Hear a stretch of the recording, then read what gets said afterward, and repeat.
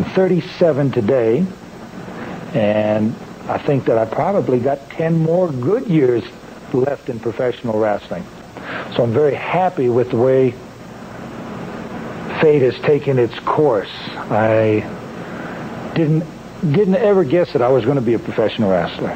Once I started in professional wrestling, learned sort of the ropes and the ins and outs.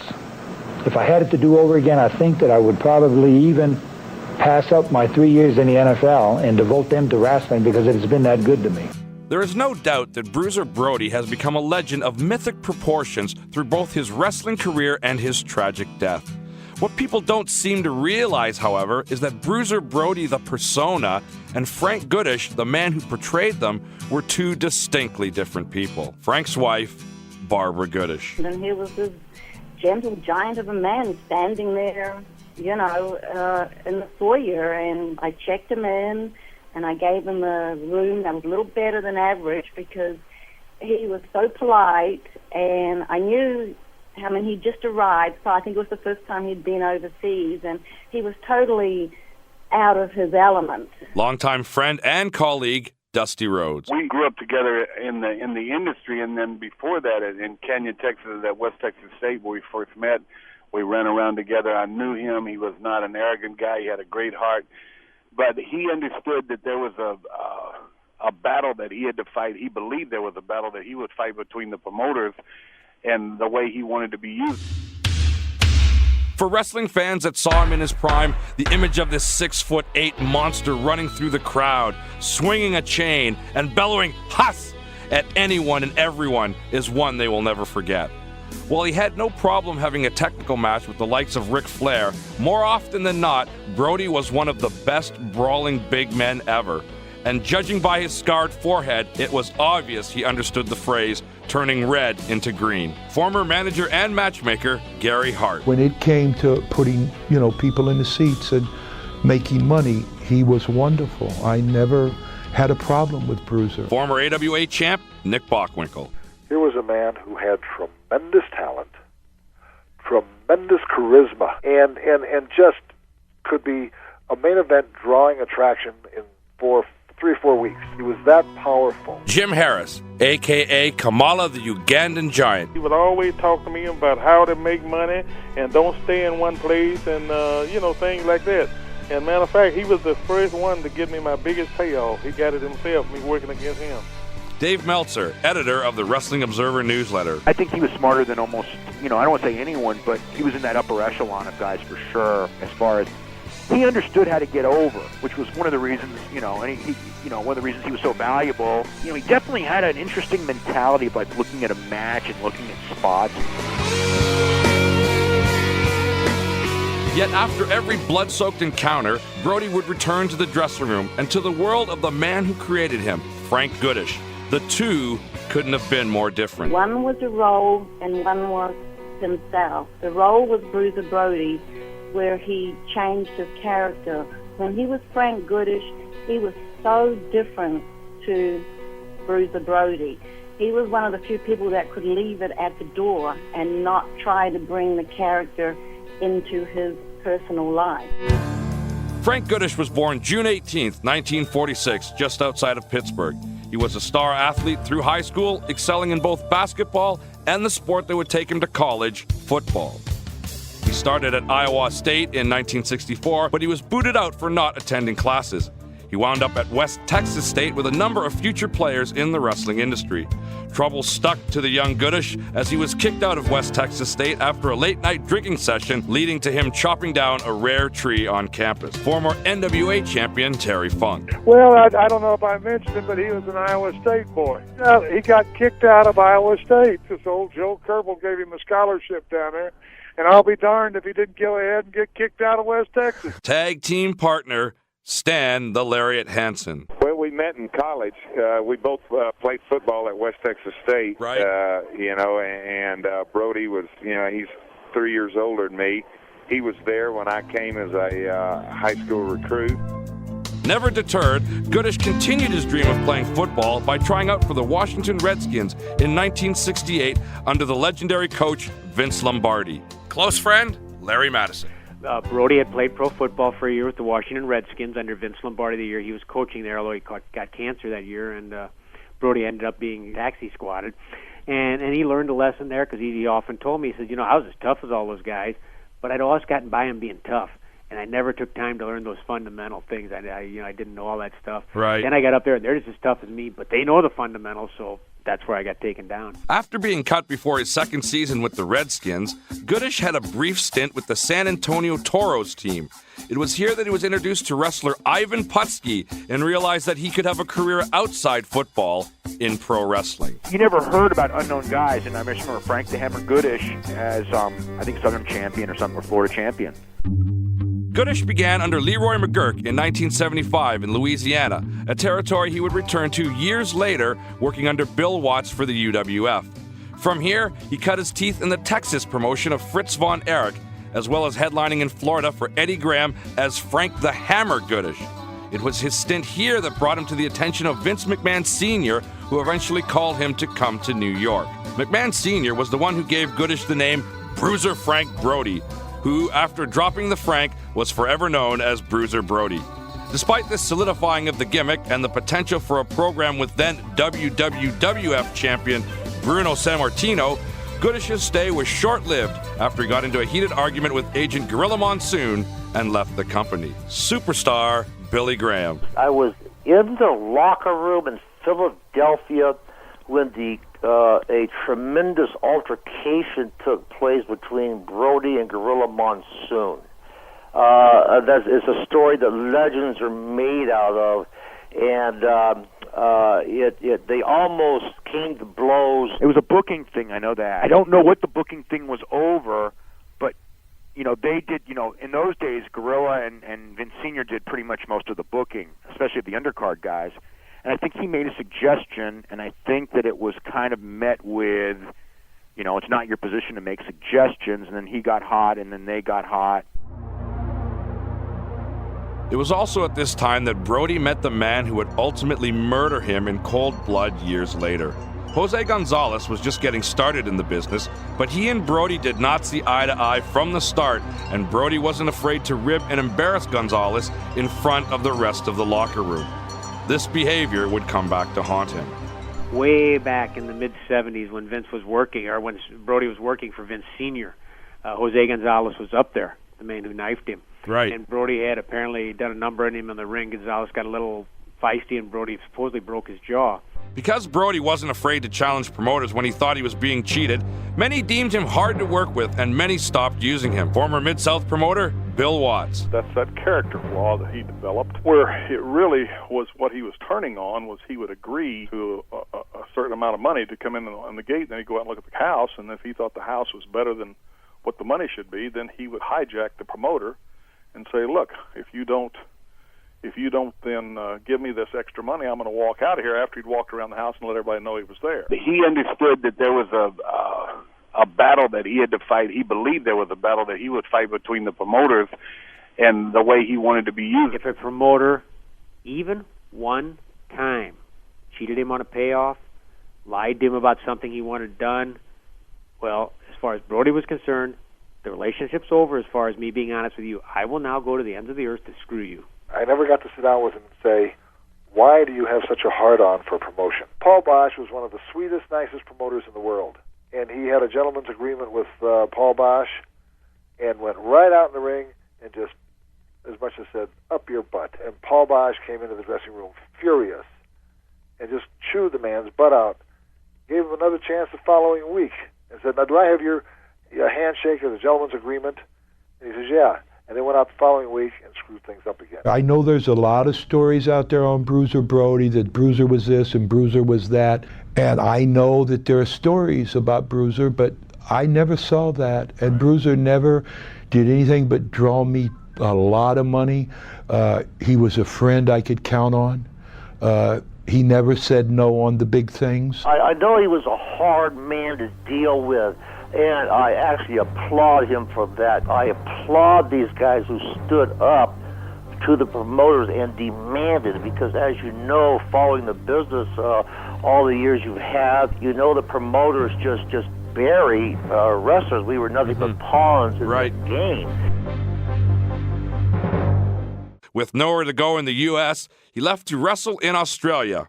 It was here, while working for Jim Barnett, that Goodish met his future wife, Barbara, a hotel receptionist. It was months and months before we just, would talk as they were going through the foyer or as they were going to their matches, and it kind of just evolved from there. Within a few years, Barbara moved with Goodish back to the U.S., and the two were married and had a son named Jeffrey.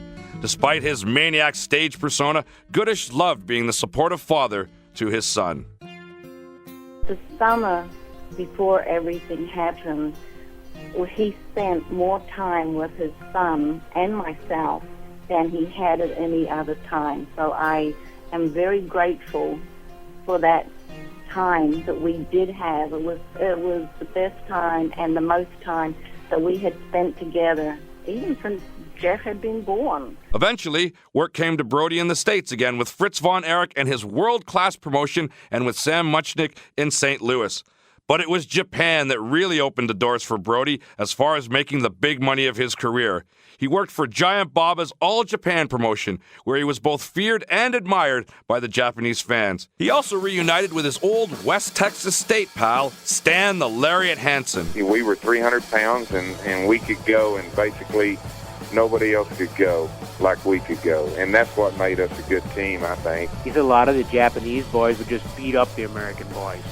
He says, well, Hansen and I got there, he says, and we're the ones who did the beating up. He had a mentality about what the perfect spot in a match is to throw the real stiff kick to where everyone will ooh and ah and believe you're real. And at other points in the match, you don't do it because you don't want to hurt the guy, but you may have to do it. It's kind of like this mentality of you have to do it once because then they know you're dangerous and you get that dangerous thing going with you. Those fans looked at that and they went, ooh, Brody for real. Former world champion Hulk Hogan. I don't think he was a bully, but he was just really weird. He knew it was a work, and because he knew it was a work, he took it to his advantage. He says, well, I'm not doing a job, or I'm not doing this or that or the other. He knew it was a work, but he wasn't a good businessman. These two had been very loyal to each other, and it has often been speculated in wrestling that Bruiser Brody and Stan Hansen made a secret pact to stay together as a team when they first started out together in Bill Watts' Mid-South territory. Somebody once said that him and Stan Hansen took a vow to screw up every promotion they could. And in essence, whether that's true or not, I don't know. If you think this relationship between me and Stan Hansen ain't strong, you ain't smartened up not one little bit. Get ready, Bill Watts, to dust your butt off in that ring. When you first start out, you cling to any kind of success you can, and a lot of times that clinging is developed out of lack of confidence because you really don't know how good you're going to be yet, so you cling together, and that's what they were doing, and they were an impressive team, but they were holding each other back. 2 times I met him, and one time I actually went to his hotel room in Japan. He was staying at a small hotel when he worked for Baba, and we talked about doing some stuff together. And it was just a weird deal because I was partners with his old partner, Stan Hansen. And for a couple of years there, Stan kind of didn't want me and Bruiser to become too friendly. But then when Stan went his own way, I always thought there would have been a spot for me and him to work together, but it never happened. I really wish that would happen somewhere in my career. Yeah, we had a little pact that, if anybody really, ties me up and starts, hurting me, that I'd help him out and he'd help me out. Now that Brody had guaranteed income from Japan, he was able to call the shots with promoters in the States, working only for those he wanted to and very rarely doing a job. Most wrestlers were hurt by Vince McMahon destroying the territories and killing off places for them to work, but Brody managed to escape that since he had his gigs in Japan and now Puerto Rico. It was getting harder and harder at that point in his life for him to go on the road as much as he did. That's one of the reasons he had Japan. At least when he was there, he made so much money that he didn't have to do a whole lot over here. He could pick and choose his spots. And he kind of did Puerto Rico with easy money, and as the independents were drying up, he just jump in there. Puerto Rican wrestler and booker Dutch Mantell. Puerto Rico always had a different feel to it because it was rough. It was brutal. After debuting for Puerto Rico's World Wrestling Council Group in 1983 as a heel, Brody turned face in 1987 and continued working there until the night of July 17th, 1988. On this night, Brody arrived at the stadium in Bayamon, Puerto Rico shortly after 7 p.m. He spent some time talking to fellow worker Dutch Mantell in the dugout. He went out and sized up the crowd. the same things he would do at any show. At one point, the promoter and one of the workers, the man Brody had embarrassed in New York, Jose Gonzalez, called Brody over for a private chat in the shower. This was not uncommon for talent and Booker to talk before a match to discuss the finish and other matters. What was uncommon was that Gonzalez had his hand wrapped in a large white towel.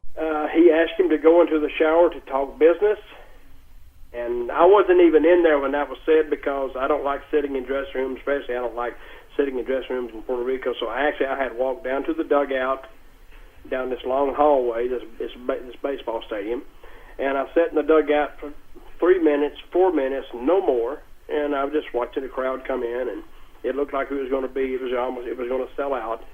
So when I walked back up that tunnel, it had already happened, and Frank was laying on the floor of the dressing room, and there was a lot of noise, there was a lot of shouting, a lot of screaming. It was chaos in there, it really was. Moments later, loud screams filled the locker room, followed by Gonzalez fleeing the scene in a blood-soaked white shirt. Brody stumbled out with a 3-inch stab wound, trying to hold his stomach together. The ambulance took over 20 minutes to arrive, and Brody was losing blood at an alarming rate. In fact, he would die on the operating room table because he had lost so much it couldn't clot. You don't think that you're going to get stabbed to death in the dressing room. I was in wrestling for 30 years, and I saw a lot of fights, but I never saw one take out a knife. Puerto Rico, they play by different rules there. Gonzalez went ahead and murdered Bruiser. There is no reason to ever kill a man. They said, wasn't that sad what happened to Bruiser Brody? I says, no, it's not sad what happened to Bruiser Brody. What's sad is what happened to Bruiser Brody's family and children and wife, because he took himself down to Puerto Rico, and he had an obligation to his family. And as far as I'm concerned, he was screwing around with his family just as well as he was screwing around with the wrestling profession. And he ran into a Puerto Rican, Bruiser Brody. I told Bruiser before he went over there, I said, Frank, if you're going to Puerto Rico, change your attitude, because if you don't, you're not going to live to get off the island. I know there had been money problems where there had been a check or two that had bounced. I don't doubt, although this is pure speculation on my part, I don't doubt that somewhere during the trip when he was down there, Brody said, you better get that blank money together and have it for me before I go off this island. Brody got into this habit of hijacking the promoter for more money, or he would walk out on the show. And I believe in my heart that that's what got him killed, which was a horrible thing. I don't advocate that anybody should do that, but it's funny. You reap what you sow.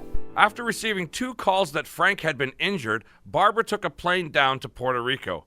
Upon arrival, she was told the tragic end result. When Barbara landed in Puerto Rico with her 7-8-year-old son Jeffrey with her, in shock, because she didn't know yet that he was dead. She just knew he had been hurt, that it was Abdullah who ran into her at the airport and told her Frank is gone. And then Abby went and got on a plane. That does bother me. At the funeral for Goodish, his son Jeffrey told his mother that he would not embarrass his father and cry. The scariest thing, I guess, to me in retrospect, I guess, it may have been a month roughly before he was there. He was in between planes in St. Louis, so I just went over and met him, spent a couple hours talking, bouncing ideas. And he kind of got real serious, and he says, Jeffrey wrote this, his son Jeffrey, wrote this little essay for first or second grade, just something about, and he wrote this thing about what would happen if Daddy didn't come back. We got talking about how lonely it was for Barbara and Jeff when he was on the road, and it was getting harder and harder at that point in his life for him to go on the road as much as he did. That's one of the reasons he had Japan. At least when he was there, he made so much money that he didn't have to do a whole lot over here. He could pick and choose his spots, and he kind of did Puerto Rico with easy money, and as the independents were drying up, he just jumped in there. So he had this thing from Jeffrey, what I would do if Daddy didn't come home, and he basically said, we'd be very sad, but Daddy said we should go on, and we go on. So he tells me this story. He says, I'm really proud of him. He says, but man, he takes my arm, and he says, man, Larry, it kind of scared me. And then 4 weeks later, he was dead. The legacy of Bruiser Brody is seen in almost every big man that continues to appear in pro wrestling. Yet no one has ever approached his level, mixing both a strong brawling style with that of technical wrestling. And after being gone for 18 years, he is still both missed and revered by performers and fans around the world.